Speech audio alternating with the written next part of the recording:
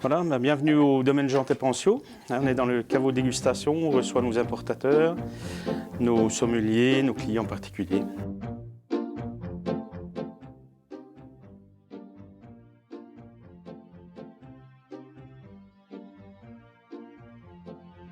on va commencer par une petite dégustation. Je vais enviner les verres, ça permet d'éliminer un peu les faux arômes, des fois de lessive ou de carton, et qu'on ait des arômes purs du pinot noir de Bourgogne. Donc là, on va déguster un Gevrey-Chambertin vieille vigne 2010. Donc ce vin est issu de vignes qui ont plus de 65 ans. C'est issu de 17 parcelles qui sont sur la commune de Brochon. Brochon à l'appellation Gevrey-Chambertin. Donc déjà, c'est le cépage pinot noir, le seul cépage rouge bourguignon. Ce qui fait la différence avec les autres vignobles, c'est qu'on travaille en monocépage. Et la différence entre les parcelles, c'est vraiment le sous-sol, le terroir, c'est ce qui fait la force de la Bourgogne. Donc on travaille en monocépage sur des terroirs totalement différents.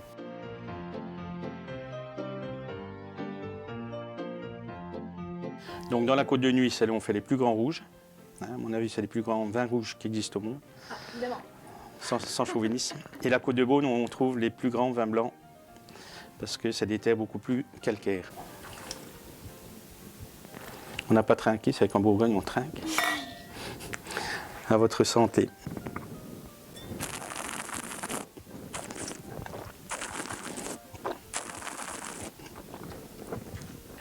Voilà. Donc là, on a bien réoxygéné dans la bouche, un petit filet d'air qui rentre. Et les papilles sont toutes excitées. C'est-à-dire, on ressent l'acidité du vin, les tanins. Et par rapport à ça, on peut classifier un petit peu la qualité organoleptique de ce vin. Voilà, ça s'appelle grumer un vin. Donc grumer avec l'accent plus bourguignon, ça roule les airs, comme on dit. Donc on le met en bouche et on le fait rouler, c'est pour exciter les papilles.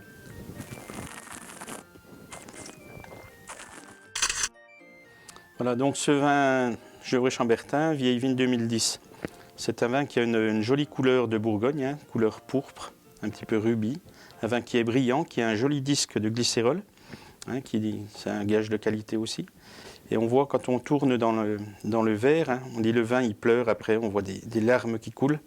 On peut dire que ce vin-là a de la cuisse, il a de la jambe. C'est des termes un petit peu de vignerons, viticulteurs.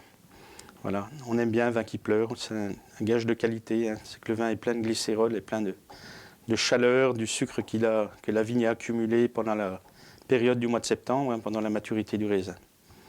Maintenant, on va passer au niveau des arômes. Donc là, c'est bien marqué, cassis, framboise, donc vraiment le pinot noir dans toute sa splendeur. C'est des arômes qui plaisent souvent à la gente féminine. Et donc moi, c'est vrai, j'aime bien les vins qui sont fruités, ronds, élégants. Donc voilà, j'essaie de les faire comme je les aime.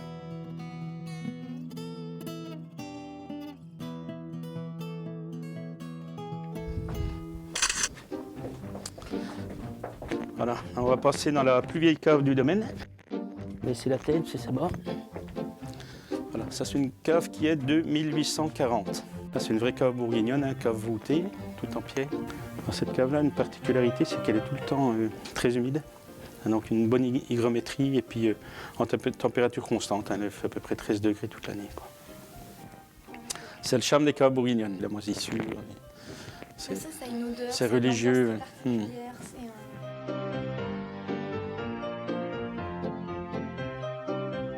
Alors là, je mets mes appellations les plus prestigieuses, c'est-à-dire le Chambertin, Gevrey-Chambertin premier cru, le Poisneau, Gevrey-Chambertin en champ, la vigne qui a 111 ans maintenant. Gevrey-Chambertin de vieille vigne. Et puis après, dans l'autre cave, on met tout ce qui est plus Bourgogne, aussi des appellations village. Chambertin 2011, c'est le seul grand cru qu'on a sur le domaine Jean Tépencio. C'est une vigne d'un demi-hectare qu'on a racheté, qui était partie d'un domaine familial, mais d'un oncle. Et on a pu le récupérer. Donc c'est vraiment le bébé de la maison. Un demi-hectare, c'est combien de barriques? 7. En bonne année, quoi. Donc si j'en veux une... C'est mission impossible. Ouais, ça représente à peu près entre 1800 et 2000 bouteilles à l'année, quoi.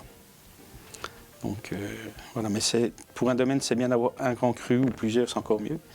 Mais ça fait quand même, dans la gamme de vins, c'est important, quoi.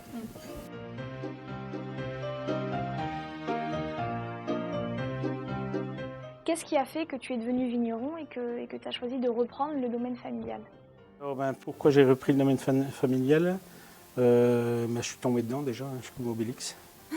Je pense depuis ma tendre enfance, on a toujours été élevé dans le milieu de la viticulture, de la vigne. On a été aux vignes avec mes parents très tôt, à l'âge de 8-10 ans, parce qu'il n'y avait pas de garderie à ce moment-là. Et les mercredis, à ce moment-là, c'était pas les mercredis, c'était les jeudis, les samedis et les dimanches, on allait aux vignes. Et puis après, je suis parti donc à l'école, au séminaire. J'étais séminariste jusqu'à l'âge de 16 ans. Et puis après, je suis parti aux pompiers de Paris. Donc au bout de 2 années de pompiers de Paris, mon père m'a demandé. Il m'a dit, si tu ne reviens pas, je vends le domaine. Voilà. Puis donc j'avais quand même la race vitivinicole. Et puis donc je suis revenu et puis j'ai bien fait, à mon avis. On s'est bien entendu, on a travaillé ensemble pendant 12 ans même. 12 ans, et puis voilà. La continuité était faite. Et je pense que c'est vrai que, enfin, j'ai un frère et une sœur. Il faut le savoir, mon frère est fonctionnaire et ma sœur est comptable. Voilà. Je n'aurais pas voulu reprendre et je pense que j'étais fait pour ça.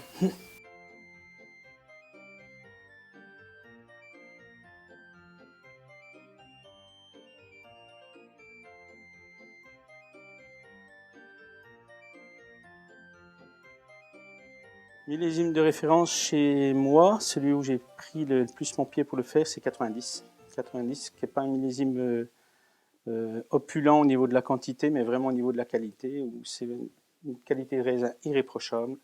On n'a pas acheté une grume de raisin, je pense que tout est rentré dans les cuves, tout a été facile à faire, tant au niveau de la culture de la vigne qu'à la vinification.